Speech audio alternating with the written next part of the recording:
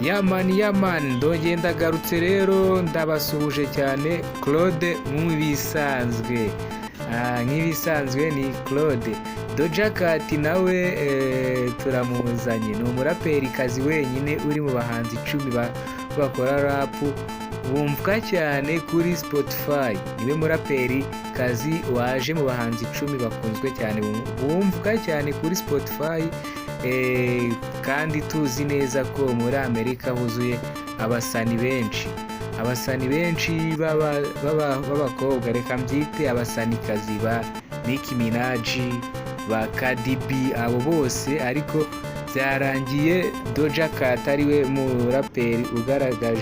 umuraperikazi ugaragaye ko ari ku rutonde rw'abasani 10 bakunzwe bumvwa cyane kuri Spotify. Umuraperikazi uri kubikora neza.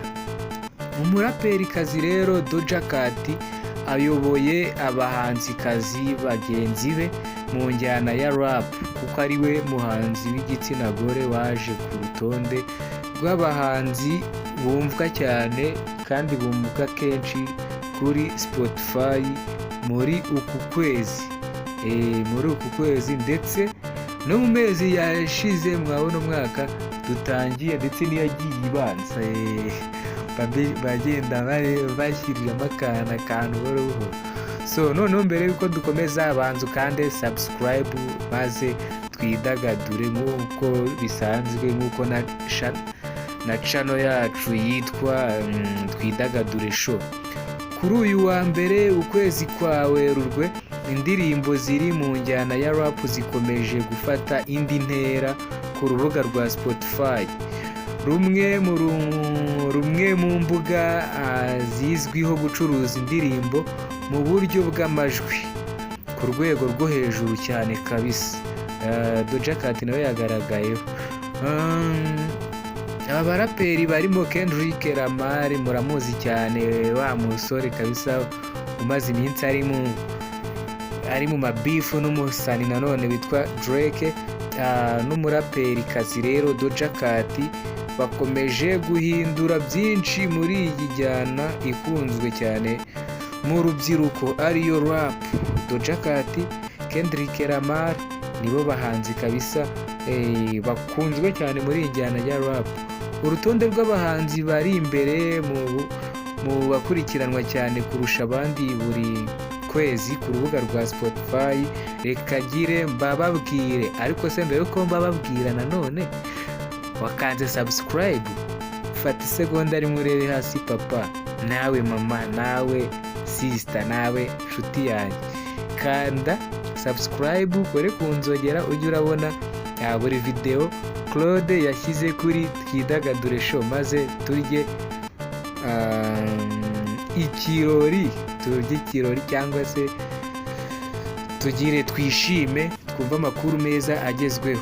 Ushobora kuba utayakunda, ariko ndabizi hari abantu benshi baba bakunda showbiz, cyangwa se bakunda kumenya ibigezweho, cyangwa se bakunda no kujyana n'ibigezweho.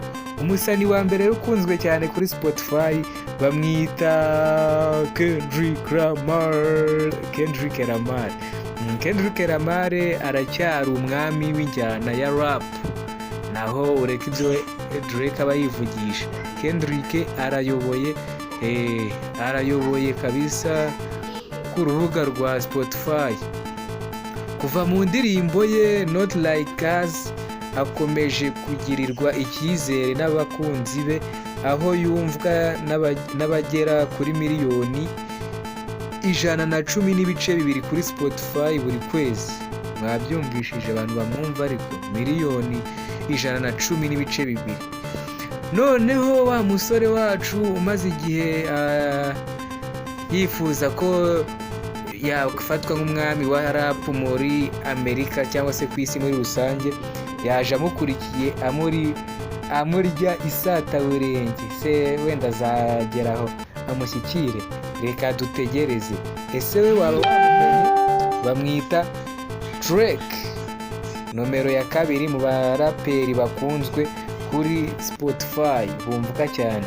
Drake ni umwe mu bahanzi bakomeye kandi akomeje kuza mu mwanya mu myanya y'imbere mu bakunzwe cyane. Drake waririmbye God's Plan, Laugh Now, Cry Later cyangwa se Cry Later n'izindi yaje n'izindi nyinshi. Yaje ku mwanya wa kabiri afite alibumu cyangwa se afite abamukurikirana miliyoni 81 n'igice kimwe. Wumvishe ukuntu Kendrick amurusha? Sindi kumufana ariko Kendrick aramurusha.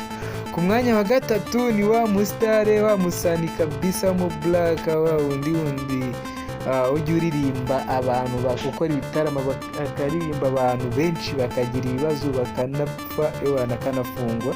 Uwo ngo yiswe cyangwa se yitwa Travis Scott. Uwo ni umuraperi nawe ubirimo neza waje ku mwanya wa gatatu. Afite abakunzi bagera kuri miliyoni 74 n'ibice bibiri bamwumva bumva indirimbo ze kuri Spotify buri kwezi. Mu ndirimbo ze nka Sicko Mode n'izindi agenda akesha kwamamara izina rye mu ruganda rw'injyana ya rap. Ku mwanya wa kane rero nawe ni wa musani, ni umuzungu gusa nyine nubwo ari umuzungu ntabwo agira ibintu by'irondabwoko, ni umuntu uri hambo cyane. Ni wa musani kabisa waririmbye Turemera, I'm not afraid I'm not afraid. Bamwita Eminem kabisa, umwe mu baraperi batangaje ku isi. Afite abakunzi miliyoni 74 bamukurikira kuri Spotify buri kwezi. Bikaba bitangaje ko akomeje guhangana n'indirimbo zikiharira imitima ya benshi nka I'm not afraid. Iyo ndirimbo urayizi cyangwa yitwa No Love. Abari kumwe nande? Abari kumwe n'umuraperi bita Lil Wayne. Hafi imyaka 14 ishize indirimbo I'm not afraid iyoboye. Uribaza ku mwanya wa gatanu ninde? Okay, kandi subscribe mite noneho mukubwira nawe yaje ni wa muraperi w'udutendo twinshi. Bamwe bagira ngo ni ugushaka kujya hiti, abandi ngo arwaye indwara zo mu mutwe, ariko njyewe reka mbabwire uwo ari we, ibindi namwe muzaba mubyimenyera cyangwa se nimwandika muri comment ko mushaka kumenya amateka zayabagezaho. Bamwita Kanye West, umuraperi kabisa ukunzwe nawe. Ni umwe mu baraperi bafite amateka akomeye muri muzika, kandi akaba afite abamukurikira basaga miliyoni 67 n'ibice bibiri kuri Spotify buri kwezi.